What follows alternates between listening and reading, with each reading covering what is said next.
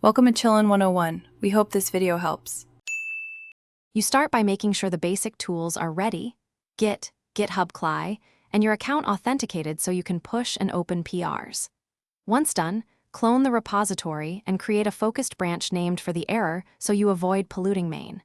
Now reproduce the failure locally with the exact command and input that triggered the GitHub error. This gives you a repeatable test case you can iterate against. Make notes of error messages and stack traces. You dig into logs and HTTP responses to find where the error originates. Look for consistent exit codes and stack traces that point to the layer failing. Once you have leads, run a git bisect to isolate the commit that introduced the issue. This narrows the scope quickly. If uncertainty remains, reproduce the scenario in a minimal container or stripped project so you remove external variables.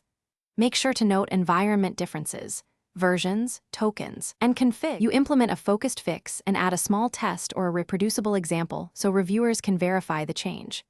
Once ready, push your branch and open a concise pull request that explains the root cause, the fix, and step-by-step reproduction instructions. Make sure CI passes and monitor logs during the run. If things still fail, check tokens, API rate limits, and cached CI artifacts. These externalities commonly cause surprises. If needed, revert to the bisect result and iterate until green. Thanks for watching. Consider subscribing if we helped you.